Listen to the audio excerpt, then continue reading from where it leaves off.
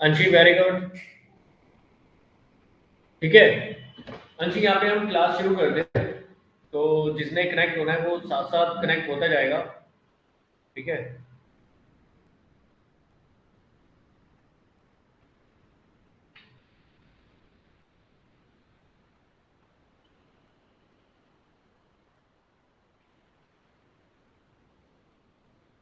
तो सीधी बात है, देखो ये चैप्टर है डेप्रिसिएशन का। अब हम रिवीजन कर रहे हैं डेप्रिसिएशन की। डेप्रिसिएशन हमारा किस पे लगता है? कैपिटल एक्सपेंडिचर पे। कैपिटल एक्सपेंडिचर क्या होता है? जो भी हम एसेट परचेज करने में अपने एक्सपेंसेस पे करते हैं उसको हम बोलते हैं कैपिटल एक्सपेंडिचर। ये जो छोटे छोटे पॉइंट्स होते हैं, ये क्या करते हैं, हमारे वाइवा में भी काम आते हैं, प्लस हमारी बेसिक नॉलेज को इंक्रीज करते हैं। तो यहाँ पे हमें पता चला कि डेप्रिसिएशन क्या होता है, कैपिटल एक्सपेंडिचर पे लगता है। अब कैपिटल एक्सपेंडिचर पे जब हम डेप्रिसिएशन लगाते हैं तो हम एंट्री पास करते हैं depreciation account debit to assets. तो डेप्रिसिएशन क्या होता है कि हर साल आपने एक एसेट परचेज करी 1 लाख रुपीज की, तो गवर्नमेंट कहती है कि आप इसे एक साथ एक्सपेंसेस में बुक नहीं कर सकते। आप इसे क्या करेंगे, एज एसेट्स जनरेट करेंगे, जिसमें आप एंट्री करते हैं assets account debit to cash और बैंक। फिर जब आप डेप्रिसिएशन लगाते हैं, डेप्रिसिएशन कब लगता है? डेप्रिसिएशन हमेशा लगता है फाइनेंशियल ईयर के एंड में। फाइनेंशियल ईयर का एंड कौन सा होता है? 31 मार्च। लेकिन क्वेश्चंस में कई बार हमें कैलेंडर ईयर फॉलो करने के लिए बोला जाता है। तो जो हमारा डेप्रिसिएशन लगेगा वो लगेगा 31 दिसंबर। देखो छोटे छोटे पॉइंट्स हैं, छोटी छोटी ट्रिक्स हैं जो हमें इसमें ध्यान रखनी है इस चैप्टर में। ठीक है। और मेनली ये है कि हमारा बेस क्लियर होना चाहिए। अगर बेस क्लियर है तो कोई भी क्वेश्चन हो, कैसा भी क्वेश्चन हो, हम बहुत इजी मेथड से कर सकते हैं। तो इसमें कोई मतलब ज्यादा टेंशन इस चैप्टर को लेके या स्ट्रेस लेने की जरूरत नहीं होती। बहुत इजी वे में हम एंट्री करते हैं। पहली एंट्री जो सबको पता है, जब हम एसेट्स परचेज की करते हैं तो वो एंट्री होती है assets account debit to bank. इसमें 99% बैंक ही यूज किया था, कैश इसमें नहीं किया जाता। किसी क्वेश्चन में स्पेशली बोला गया है कैश के लिए, तो वहां पे आपको कैश मेंशन करना ही पड़ेगा। तो पहला पॉइंट यहाँ पे क्लियर हुआ। डेट्स का बहुत इंपॉर्टेंट रोल होता है। अगर सबसे पहले हमें ये देखना है कि हमने परचेज, डेट ऑफ परचेज क्या है हमारी एसेट्स की। तो पहला हमने देख लिया कि डेट ऑफ परचेज क्या है एसेट्स की, हमने एंट्री कर दी depreciation assets account debit to bank. फिर फाइनेंशियल ईयर के एंड में और कैलेंडर ईयर के एंड में हम एक एंट्री पास करते हैं डेप्रिसिएशन टू एसेट। अब डेप्रिसिएशन टू एसेट जो हम करते हैं तो उससे क्या हुआ, मेरे एसेट्स की वैल्यू कम हो गई। पहला पॉइंट यहां पे खत्म। फिर फाइनेंशियल ईयर का एंड आ गया। सो दैट सपोज हमने एक मशीनरी परचेज करी 1 लाख रुपए की, जिसपे हमने डेप्रिसिएशन की एंट्री कर दी। डेप्रिसिएशन की जो हमने एंट्री करी वो करी 31 मार्च को। तो और पूरे एक साल का डेप्रिसिएशन हो गया 10%। तो डेप्रिसिएशन का तो अमाउंट आ गया 10,000। तो बैलेंस सीडी, अब बैलेंस सीडी क्या होती है, जिसको हम बोलते हैं हिस्टोरिकल कॉस्ट वैल्यू। हमारी बुक्स में एक प्रिंसिपल होता है, accounting principle, historical cost value. तो वो जो 90,000 है बैलेंस सीडी एज ऑन 31 मार्च, जो इस भी फाइनेंशियल ईयर के एंड में हमने उसकी वैल्यू निकाली है, वो होता है हमारा बुक वैल्यू। वो क्या होती है हमारी बुक वैल्यू। तो बुक वैल्यू जब हम मेंशन कर देते हैं बैलेंस सीडी में, तो वो बैलेंस सीडी आता कैसे है, डेबिट साइड का टोटल करेंगे, क्रेडिट साइड का टोटल करेंगे, जो डिफरेंस ऑफ द अमाउंट है वो बैलेंसिंग फिगर, वो हमारा बैलेंस सीडी होगा। यहां तक पॉइंट क्लियर है। अब इसी में दो पॉइंट और आते हैं। अगर हम स्टेप बाय स्टेप एक एक स्टेप को क्लियर करें तो इसी में एज पर रूल हम क्या करते हैं कि कोई भी एसेट्स जो हम परचेज करते हैं उसमें अगर हम कुछ इंस्टॉलेशन कॉस्ट दे रहे हैं on the eight the time of purchase, ठीक है, अगर हम कुछ रिपेयर करा रहे हैं सो दैट कि हमने कोई मशीनरी लाई, उसमें कुछ एक जरा सी माइनर सी या कुछ भी एक वो आ गई प्रॉब्लम, तो उसमें हमने किसी लेबर को बुलाया और हमने वहां पे उसे रिपेयर मेंटेनेंस के लिए पेमेंट कर दी, या फिर कुछ भी हो रहा वो हमने कर ली क्योंकि हमें रिक्वायरमेंट थी। कोई भी न्यू चीज जब ली जाती है तो कंपनी से ठीक कराई जाती है। लेकिन अगर माइनर सी चीज है और उसके लिए हमने 500 रुपए 5,000 रुपए डिपेंड ऑन द हमारी एसेट्स कि हमने पे कर दिए, तो वो भी क्या होता है, कॉस्ट में इंक्लूड हो जाएगा। वो भी क्या होता है, कॉस्ट में इंक्लूड हो जाएगा।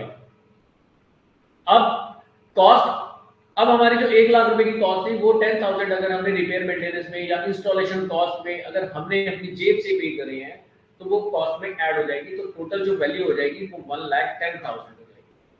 तो अब जो डेप्रिसिएशन लगेगा वो 1,10,000 पे लगेगा इंस्टेड ऑफ 1 लाख। 1 लाख पे नहीं लगेगा, अब लगेगा 1,10,000 पे। एक वैल्यू होती है रेसिडुअल वैल्यू, इसको हम स्क्रैप वैल्यू भी बोलते हैं। इसको हम क्या बोलते हैं, स्क्रैप वैल्यू या रेसिडुअल वैल्यू।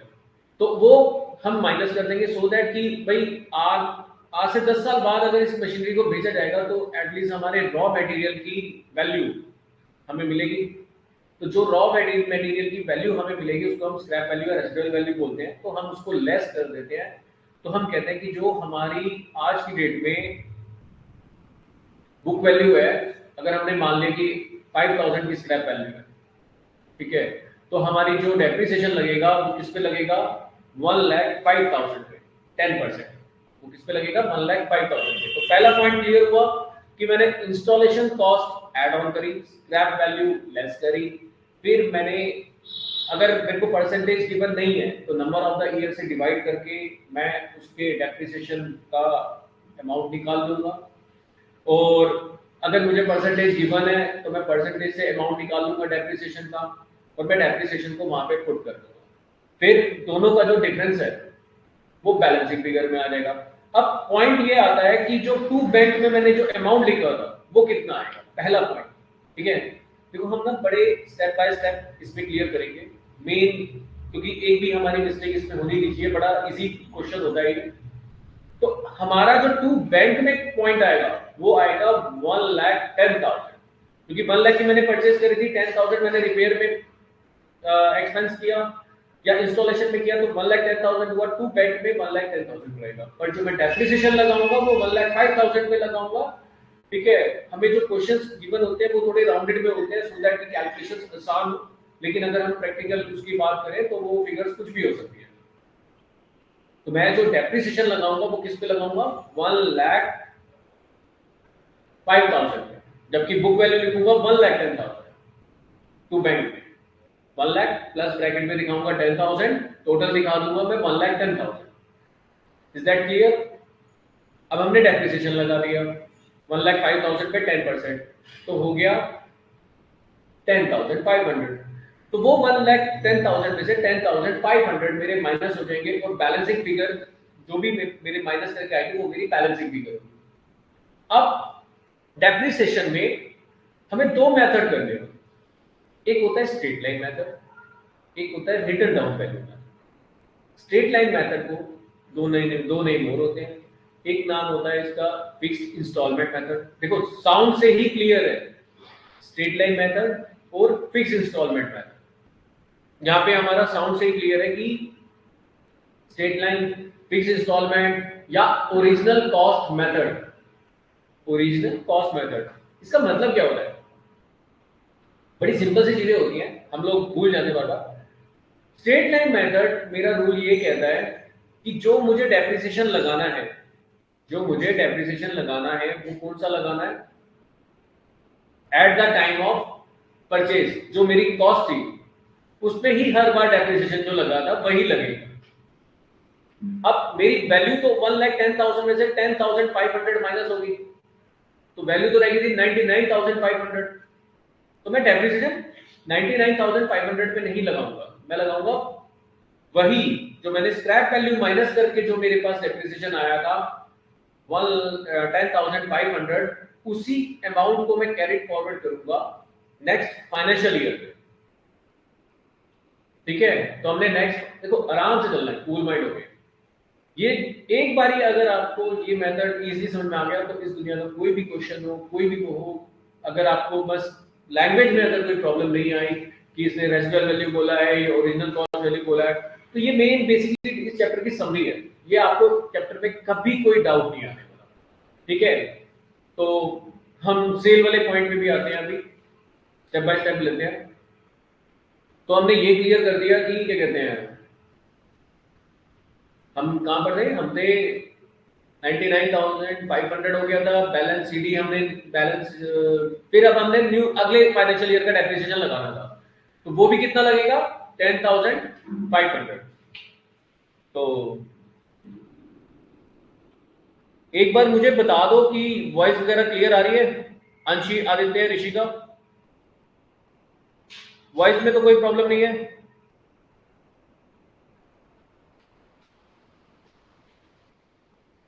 मुझे चैट पे मेंशन कर दो वॉइस क्लियर आ रही है।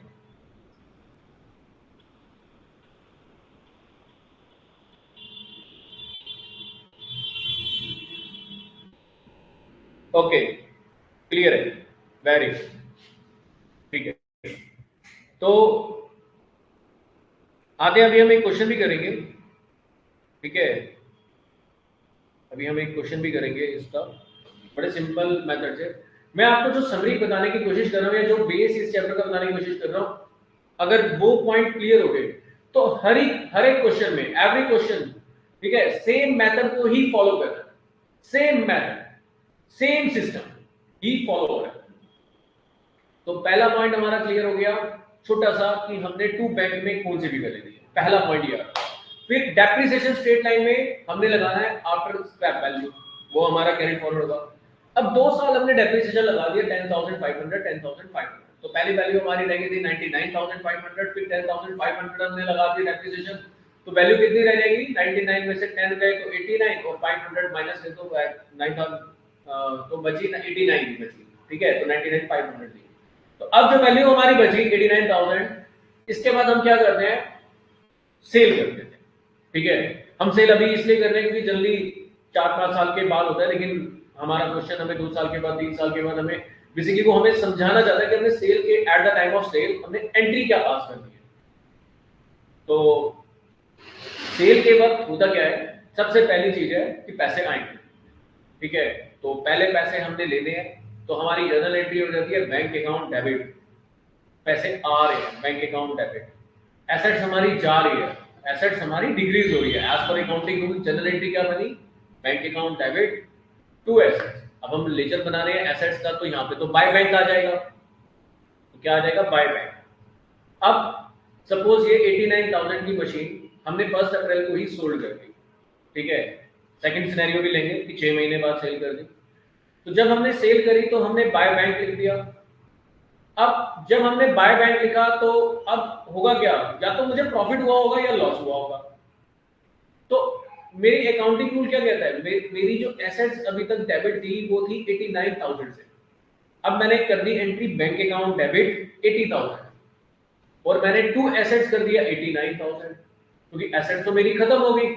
एसेट्स मैंने 89,000 से क्रेडिट कर दिया, तो मेरा जो डिफरेंस ऑफ द अमाउंट आया वो डेबिट में आया, ठीक है? तो नॉमिनल अकाउंट का जो रूल होता है हमारा, ठीक है, या फिर हम अब मॉडर्न रूल्स के अकॉर्डिंगली गए तो हमारे जो एक्सपेंसेस होते हैं, लॉसेस होते हैं, वो इंक्रीज होते हैं तो डेबिट होता है। और नॉमिनल अकाउंट का हमारा रूल है expense and losses are debit, incomes and revenue are credit, ठीक है? Debit all expenses and losses, credit all income and gain. तो ये हमारा नॉमिनल का रूल आ जाता है। अगर हम मॉडर्न रूल से भी लें तो एसेट्स जब मेरी एक्सपेंस, सॉरी, एक्सपेंस जब हमारे इंक्रीज होते हैं तो डेबिट होते हैं, और जब डिक्रीज होते हैं तो क्रेडिट होते हैं। तो एक्सपेंस हमारे बढ़ रहे हैं, हमारे लॉस हो गया, तो हम कर देंगे profit and loss account debit 9,000 है डिफरेंस ऑफ द अमाउंट्स। तो अब हमने कर दिया लॉस बुक कर दिया, तो हम वहां पे क्या कर देंगे? जब एसेट्स का लेजर बनाएंगे तो बाय बैंक और बाय प्रॉफिट एंड लॉस। तो ये पॉइंट क्लियर हुआ। अब पॉइंट यहाँ पे ये आता है, सिनेरियो अगर हम थोड़ा सा चेंज करते हैं तो कि अगर उसने मशीनरी को, देखो इसमें ना डेट्स का बड़ा इंपॉर्टेंट रोल आ रहा है। हम पूरे चैप्टर की समरी की रिवीजन कर रहे हैं और यहाँ पे डेट्स का बड़ा इंपॉर्टेंट रोल है। अब वो क्या रहा है, वो क्या करता है कि 6 महीने बाद, 3 महीने के बाद मशीनरी को सोल्ड कर देता है। तो हमें क्या करना है, इस पॉइंट को हमेशा ध्यान रखना। कभी भी, जब भी कोई भी मेथड हो, स्ट्रेट लाइन हो, फिक्स इंस्टॉलमेंट हो, ओरिजिनल कॉस्ट हो, आप बोलोगे सर ये तो सेम ही मेथड है। हाँ, मतलब हमने सेम ही मेथड के नाम रिपीट करे हैं, straight line, fix installment, original cost, ठीक है? और जो दूसरा मेथड होता है उसका होता है return down value method, diminishing balance method, ठीक है? या रिड्यूसिंग, कई बार रिड्यूसिंग वर्ड भी यूज कर जाता है, रिड्यूसिंग बैलेंस मेथड, ठीक है? टीएस ग्रेवाल वगैरह में कई बार होता है, कई बार नहीं भी होता। तो ये 3 नेम उसमें भी वो यूज करता है, return down, diminishing balance method और रिड्यूसिंग बैलेंस मेथड। अब सिनेरियो ये आया कि वो 6 महीने के बाद मशीनरी सेल कर रहा है, कोई भी मेथड हो, व्हाटएवर, चाहे वो रिटर्न डाउन हो, स्ट्रेट लाइन हो, ओरिजिनल कॉस्ट हो, रिड्यूसिंग हो, 2 ही मेथड है हमारे। तो जब भी वो मशीनरी को सेल कर रहा है तो हमने क्या करना है, सबसे पहले डेप्रिसिएशन बुक करना है। ठीक है, डेप्रिसिएशन बुक करने का रीजन क्या है, क्योंकि मेरे को चाहिए बुक वैल्यू, क्योंकि हम जो प्रॉफिट एंड लॉस की फिगर निकालते हैं वो बुक वैल्यू के अकॉर्डिंगली निकालते हैं। मार्केट में आज मैंने जो आईफोन अगर 2 लाख रुपए का खरीदा है तो 6 महीने बाद उसकी वैल्यू 2 लाख नहीं होगी, हो सकता है 1.5 लाख, हो सकता है 140 हो सकता है डिमांड में ही ना, कि जी यहाँ तो कोई परचेज ही नहीं कर रहा। तो मार्केट वैल्यू और book value both are different scenario.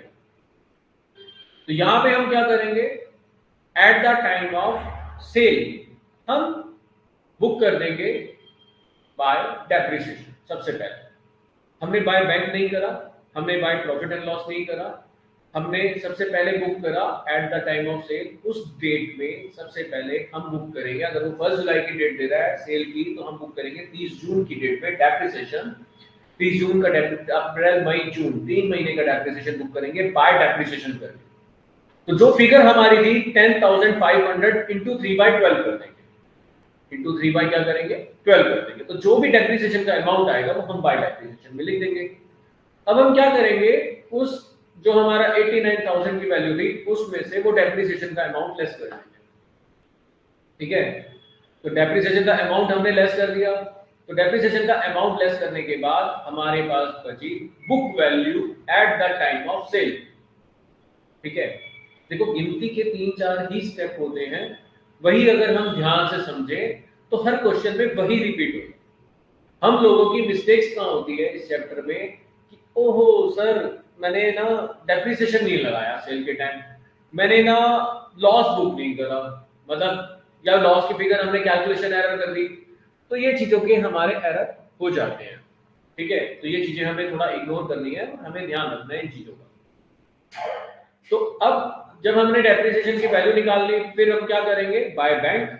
और अगर मैंने वैल्यू मेरी बेस वैल्यू से मैंने ज्यादा की बेच दी तो मुझे प्रॉफिट हो गया। तो जनरल एंट्री में क्या आता है, जनरल एंट्री में आता है bank account debit to sale to profit and loss. तो वहां पे जो एसेट्स में हमने टू प्रॉफिट एंड लॉस किया at the time of journal entry, तो हम यहाँ पे करेंगे टू प्रॉफिट एंड लॉस, और जो भी मेरा प्रॉफिट है उसको बुक कर देंगे। उससे क्या होगा, मेरा डेबिट और credit match, balance figure 0, assets एक ही थी और मैंने सेल कर दी। तो ये हमारा सिंपल मेथड था, फर्स्ट स्टेप से लेके last step straight line method में। अब क्वेश्चन यहाँ पे ये है कि सर जो 3 महीने का डेप्रिसिएशन लगाना था वो किस पे लगाना था, वो किस पे लगाना था 10,500 जो स्टार्टिंग में चलता आ रहा था, क्योंकि ये स्ट्रेट लाइन मेथड है, इंटू 3/12 कर देंगे, इंटू 3/12 कर देंगे। क्लियर है। अब यहां पे हम क्या करेंगे, कंडीशन चेंज कर देंगे। ठीक है, जैसे स्टोरी में पिक्चर में कहानी चेंज होती है, यहां पे हमने कंडीशन चेंज कर दी। कंडीशन क्वेश्चन में ये गिवन है कि मैंने जो मशीनरी बेची 89,000 की, उसका हाफ पार्ट बेच दिया।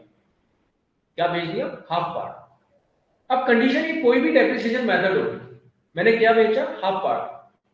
तो मैं क्या करूंगा, उस हाफ पार्ट पे डेप्रिसिएशन कैलकुलेट करूंगा। तो 89,000 शॉर्टकट से हम क्या करेंगे, 89,000 इंटू 1/2, क्योंकि जो हाफ पार्ट हमने वहां पे 1,10,000 रुपए का दिखाया हुआ था, उसका डेप्रिसिएशन लेस होते हुए आ रहा था, उसको अगर बेस वैल्यू को हाफ कर दें हम 1,10,000 को, तो आ जाएगा हमारा 55,000। ठीक है, तो वो 55,000 की डेप्रिसिएशन भी हाफ हाफ लेस करेंगे, तो जो 89,000 है उसी का सीधा इंटू 1/2 कर देंगे। अगर 1/3 बेचा तो इंटू 1/3 कर देंगे। फिर जो डेप्रिसिएशन लगेगा, जो अमाउंट आपका आया था 10,500 इंटू 3/12, उसका भी आप हाफ कर दो, उसका भी क्या कर देंगे इंटू 1/2, क्योंकि जब बेस वैल्यू हमने यहां कर दी तो डेप्रिसिएशन का अमाउंट वही रहेगा 10,500, जो कि स्ट्रेट लाइन मेथड है, ओरिजिनल कॉस्ट मेथड है, फिक्स इंस्टॉलमेंट मेथड है। तो क्या करेंगे, जो आपका डेप्रिसिएशन आया था उसका इंटू 1/2 कर देंगे और वो डेप्रिसिएशन बुक करेंगे। अब यहां पे जो प्रॉफिट एंड लॉस आएगा उसमें वो हम डेबिट और क्रेडिट आपस में देख लेंगे। भाई 89,000 का मेरा हो जाता है 44,500, तो उसके अकॉर्डिंगली मैं देख लेता हूँ कि भाई मैंने कितनी मशीनरी सोल्ड करी eight the time of selling, पर बुक वैल्यू कितनी थी आफ्टर 3 मंथ डेप्रिसिएशन। तो उस बुक वैल्यू पे हम प्रॉफिट एंड लॉस कैलकुलेट कर लेंगे। प्रॉफिट होगा तो 2 में आ जाएगा, लॉस होगा तो बाय में आ जाएगा। अब जो हाफ मशीनरी बची है, अब क्वेश्चन यहाँ पे जाता है, वो हाफ मशीनरी बची है 44,500 वाली, तो उसका डेप्रिसिएशन किस पे लगेगा? तो बेस वैल्यू जो चल रही थी 10,500, उसका हाफ कर दो, वो डेप्रिसिएशन लगा दो। सिंपल सा लॉजिक। ठीक है, जो 10,500 अभी तक पूरी कंप्लीट मशीनरी पे चल रहा था, तो 10,500 का हाफ करो। तो अब जो क्योंकि 10,500 किस पे था? 1,05,000 पे। वो किस पे था? 1,05,000 पे। तो अब यहाँ पे जो डेप्रिसिएशन आएगा वो किस पे आएगा? 1,05,000 का भी जो हाफ होगा उस पे आएगा। तो हम सीधा क्या करते हैं, डेप्रिसिएशन जो 10,500 था उसका हाफ कर देंगे इंटू 1/2, तो वो आ जाएगा 5,250। तो वो हमारा बाय डेप्रिसिएशन आ जाएगा। और वो बाय बैलेंस शीट जो हम निकालेंगे वो किस में से निकालेंगे? 44,500 माइनस 5,250 करके हमारा बैलेंस शीट आएगा। क्योंकि जो मेरे पास रिमेनिंग मशीनरी बची है वो 44,500 की है। क्योंकि बैलेंस शीट इज मेंशन कि आपके पास कितने की मशीनरी आपकी बुक्स में है, वो आपको ये मेंशन करता है। ठीक है, तो ये मेथड था स्ट्रेट लाइन मेथड, चाहिए रिटर्न डाउन वैल्यू में। अगर यही सिनेरियो रिटर्न डाउन में होता तो हम क्या करते? हम पहले टू बैंक में सिनेरियो वही रहेगा, जो हमने मशीनरी परचेज करी, जो हमने इंस्टॉलेशन कॉस्ट में एक्सपेंस करा, हमने रिपेयर में करा at the time of purchase, तो सब ऐड कर दिया, माइनस कर देंगे स्क्रैप वैल्यू, तो जो अमाउंट आएगा पहला डेप्रिसिएशन उस पे लगेगा। लेकिन टू बैंक में इन तीनों को क्लब करके जो अमाउंट आया था वही रहेगा, उसमें से डेप्रिसिएशन माइनस करेंगे, उसमें से बैलेंसिंग फिगर निकालेंगे, और वो हमारा बैलेंस शीट होगा। अब रिटर्न डाउन में क्या होता है, थोड़ा थोड़ा हम जल्दी जल्दी भी कर रहे हैं, मतलब मुझे नहीं लगता, क्या अगर किसी को जल्दी लग रहा है तो मुझे बता देना, क्योंकि मैं यही अज्यूम कर रहा हूँ, क्योंकि आप लोग तो वैसे भी मेरे स्टूडेंट हो तो आपको ये पॉइंट्स पता ही है। तो अगर कहीं पे भी कोई डाउट आए तो मुझे चैट में मेंशन कर देना कि सर ये डाउट है, पिंग कर देना मेरे को, तो उसे मैं क्लैरिफाई कर दूंगा। ठीक है, ये बेस समरी है। कोई भी क्वेश्चन हो, मेन हमने क्या ध्यान रखा? डेट्स पे ध्यान रखा, बुक वैल्यू पे ध्यान रखा। ठीक है, कोई क्वेश्चन गलत हो ही नहीं सकता अगर आप इस बेस वैल्यू के पॉइंट्स को ध्यान रखते हैं। फिर रिटर्न डाउन में क्या होगा, आप किसी को भी समझाएं, एक ही बार में समझ में आ जाएगा कि क्या कहानी है, मिस्टेक्स कहां होती है, वो पॉइंट उसको नोटिस करा दो। फिर रिटर्न डाउन में क्या किया आपने? मेन पॉइंट्स क्या होते हैं देखो मिस्टेक होने के? टू बैंक, पहला पॉइंट जो आपने बैंक में क्या सिनेरियो लेना है, डेप्रिसिएशन क्या लेना है। रिटर्न डाउन में भी सबको पता होता है इतने सारे क्वेश्चन करने के बाद eight the time of revision कि जो मेरा बैलेंस शीट है उसमें मैंने डेप्रिसिएशन लगाना है। फिर मिस्टेक कहां होती है नेक्स्ट, कि सर जो हाफ पार्ट या 1/3 पार्ट उसने बेच दिया at the time of sale, तो डेप्रिसिएशन किस पे लगेगा? तो सीधी सी बात है, रिटर्न डाउन वैल्यू मेथड है, तो रिटर्न डाउन में जो आपका बैलेंस बीडी है उसी पे आपने डेप्रिसिएशन लगाना था, तो उसका 1/3 निकालो और उसी पे डेप्रिसिएशन लगा दो। उसी पार्ट का 1/3 निकालो और उसका डेप्रिसिएशन लगा दो। फिर उसी से आपने प्रॉफिट एंड लॉस निकाल लिया। फिर जो बैलेंस बीडी आपके पास बचा, उसमें से जो बैलेंस बीडी आपने सेल के लिए अलग किया था उसको माइनस कर दो। तो जो रिमेनिंग आपके पास बैलेंस बीडी बचा उस पे आप डेप्रिसिएशन कैलकुलेट कर दो 31 मार्च को, अगर फाइनेंशियल ईयर फॉलो हो रहा है। अगर कैलेंडर ईयर फॉलो हो रहा है तो 31 दिसंबर को। यही वो मेन पॉइंट होता है जहां पे हम मैक्सिमम मिस्टेक्स करते हैं, तो इस चीज को ही मेन ध्यान रखना है। उसके बाद जो भी आपके पास रिमेनिंग मशीनरीज है उनका डेप्रिसिएशन लगाओ, बैलेंस शीट निकालो। हाँ, सबसे मेन इंपॉर्टेंट चीज जो रह गई, क्वेश्चंस की मिस्टेक्स किस स्टूडेंट की नहीं होती या किसकी मिस्टेक होने के चांसेस कम हो जाते हैं, ये सबसे इंपॉर्टेंट पॉइंट है इस चैप्टर का। कि जो डेट्स एक तो कंप्लीटली ऐसे मेंशन करता है कि स्टूडेंट को समझ में आना चाहिए कि भाई डेट्स में कोई गैप ना आ रहे, कि भाई बीच में जनवरी में न्यू मशीनरी परचेज कर ली तो पता चले कि भाई वो न्यू फाइनेंशियल ईयर में ले रहा है, पुराने वाले फाइनेंशियल ईयर में लेना था। तो वो चीजें आपकी डेट जो आप मेंशन करते हैं जब final year financial year close करते हैं, तो वो थोड़ा सा ध्यान रखना होता है। वो डेट्स आप अपने अकॉर्डिंगली आप लिख सकते हो, ऊपर 2023 लिखो या पूरा लिखो 31 अप्रैल 2023, वो जो जिससे आपको इजी कन्वीनियंस लगता हो कि भाई मेरी मिस्टेक्स नहीं होगी।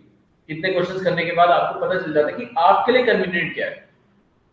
फिर हमें क्या जो मिस्टेक्स, हम मेन इंपॉर्टेंट पॉइंट ये बताते हैं कि जो बैलेंस सीडी होता है और बैलेंस बीडी, ये आपने मशीनरी 1 मशीनरी 2 का अलग अलग करके लिखना है। अगर आपने इसको क्लब करके बैलेंस बीडी में या बैलेंस सीडी में करने की कोशिश करी तो आपके मिस्टेक्स के चांसेस बढ़ जाते हैं।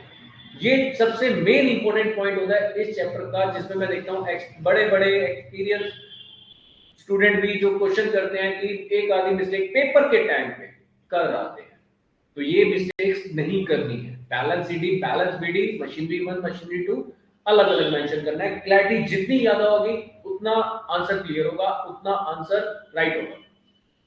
तो ये पॉइंट्स ध्यान रखने वाले हैं। अगर इसमें ज्यादा ना हुआ हो तो इसको प्रोविजन आगे बढ़ाएं, एक ही क्लास में प्रोविजन भी खत्म कर देते हैं, ठीक है।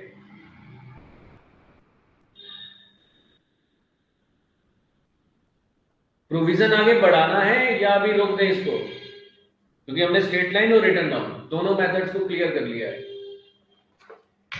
देखते हैं चैट पे क्या बता रहे हो तुम।